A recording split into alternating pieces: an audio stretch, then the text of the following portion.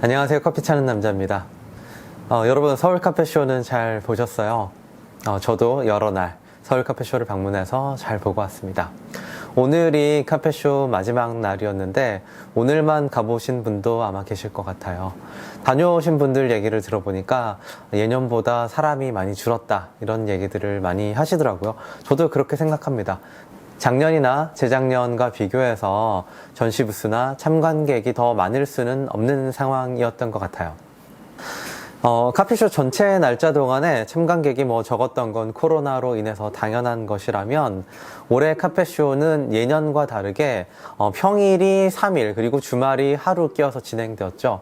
평소에는 평일 이틀, 주말 이틀 이렇게 진행돼서 평일은 비즈니스 데이로 이틀을 진행하고 주말 2일은 퍼블릭 데이로 진행했었는데 이런 부분들이 대중들도 편하게 카페쇼를 관람할 수 있다라는 부분들 때문에 커피 산업, 커피가 대중화되는데 분명히 기여하는 바가 있었다라고 생각하긴 합니다만 비즈니스 데이가 좀 짧아서 전시에 참여하는 업체 입장에서는 조금 아쉬움이 있다라는 얘기도 많이 나왔었는데 아무래도 이런 것을 반영한 변화가 아닌가 싶어요. 코로나 상황과 이렇게 맞물리면서 어쩔 수 없이 사람이 좀 적었던 것은 아쉬운 일이라고 할 수 있을 것 같습니다. 네, 이런 상황에서도 카페쇼에서는 다양하게 온 오프라인을 연결하기 위한 여러 가지 시도들이 있었습니다. N쇼핑을 통한 네이버와 연계한 다양한 작업들도 있었던 것 같고 또 크리에이터들을 위한 별도의 공간들이 준비되어 있는 부분들도 상당히 인상적이었습니다. 다양한 노력들이 있었음에도 불구하고 카페쇼가 커피 산업에 종사하는 저희 모든 사람들에게 끼치는 영향력이 워낙 중요하고 컸다 보니까 올해 이 상황들은 아무래도 그런 영향력들이 많이 감소했다라고 볼 수밖에 없을 것 같아요. 사실 카페쇼를 와보면은 정말로 서울 카페쇼에 참여하는 것만으로도 전 세계가 연결되어 있다라고 하는 걸 몸으로 평소에는 느낄 수 있었다고 하면 올해는 사실 그런 느낌을 경험하기가 굉장히 힘들었습니다. 일부 커피 생산국의 대사관 부스를 제외하며 사실상 해외에서는 거의 참여를 하지 못하신 것 같아서 이 정도면 내수 산업의 전시 정도로 봐야 하지 않을까 싶은 생각도 좀 들었었고요. 이런 것들을 고려해 봤을 때 앞으로는 생두 영역에서는 기존의 생두 생산국가 또 익스포터라고 하죠. 그런 사람들과의 네트워크, 인맥, 시스템을 가지고 있는 이런 회사들이 좀 더 이 시대에선 더 유리하겠다 이런 생각들을 전 한번 해봤습니다. 과거에는 커피 산지만 가면 기존에 아는 사람이 없었던 사람이라고 할지라도 새로운 커피 생두의 익스포터를 만나기가 그렇게 어려운 일은 아니었어요.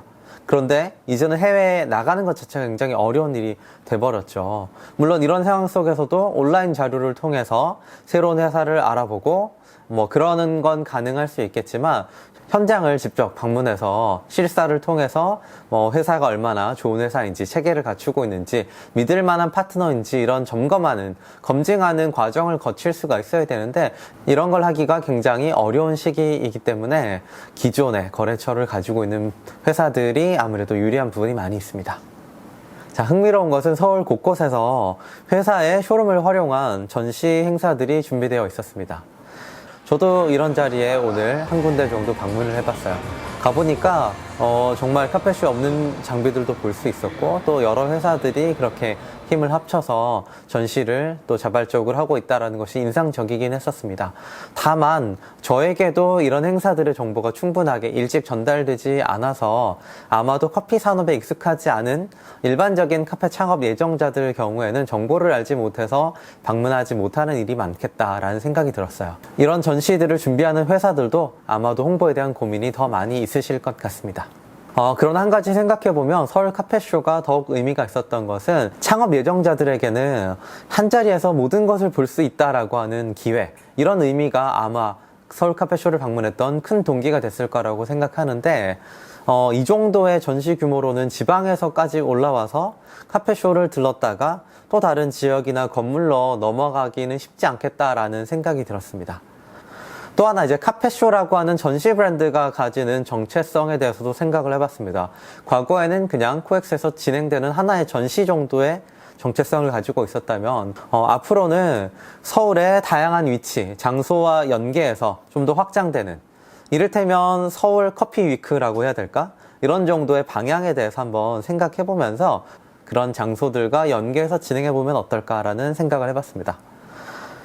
이런 고민들, 이런 상황들 속에서도 불구하고 참여 업체들의 얘기를 들어보니까 일부는 카페쇼에 참여한 의미는 충분히 있었다라고 하는 이야기를 제가 전해 들었습니다.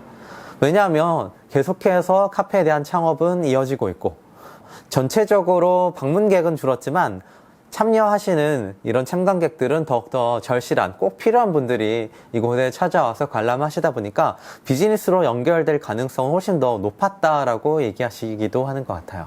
굉장히 어려운 시대이긴 하지만 한국에서의 카페 창업은 아무래도 고용이 불안정한 시대에 어쩔 수 없는 선택으로 창업하는 경우가 많이 있잖아요. 그러다 보니까 계속해서 창업과 폐업이 줄을 잇게 되는데, 그렇다면 이 안에서 어떻게 이 시대 속에서 살아남아야 할지, 좋은 창업을 할지 우리가 고민을 좀 해야 될 것 같은데, 코로나 시대를 생각해서 방역에 대한 부분들을 계속 고민해야 되는 건 너무나 당연한 것인 것 같고요. 사실 코로나 이후를 생각하는 것은 여전히 아직은 너무 시기상조라고 생각합니다.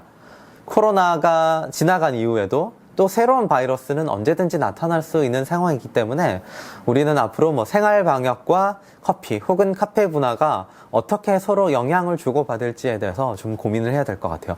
그런 고민들을 여러분들이 내년에 카페 창업이라든지 또 기존에 하시던 카페들을 변화시켜 나가실 때 좀 잘 담아내셔야 하지 않을까라고 생각합니다.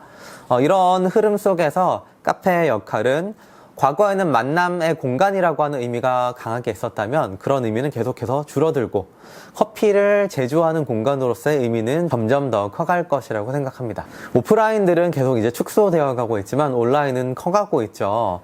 다만 대부분의 커피 관련 회사들이 이런 부분들을 잘 알고 있어서 온라인으로 전향하고 있는 추세이기 때문에 아무래도 시장의 이러한 상황들이 단순하게 호재로만 볼 수는 없는 것을 잘 알고 계실 겁니다. 그래서 이런 부분들을 우리가 잘 생각하고 고려해서 2021년을 어떻게 준비해야 될지, 어떻게 살아남을 수 있을지 잘 고민하시는 여러분들 되셨으면 좋겠습니다.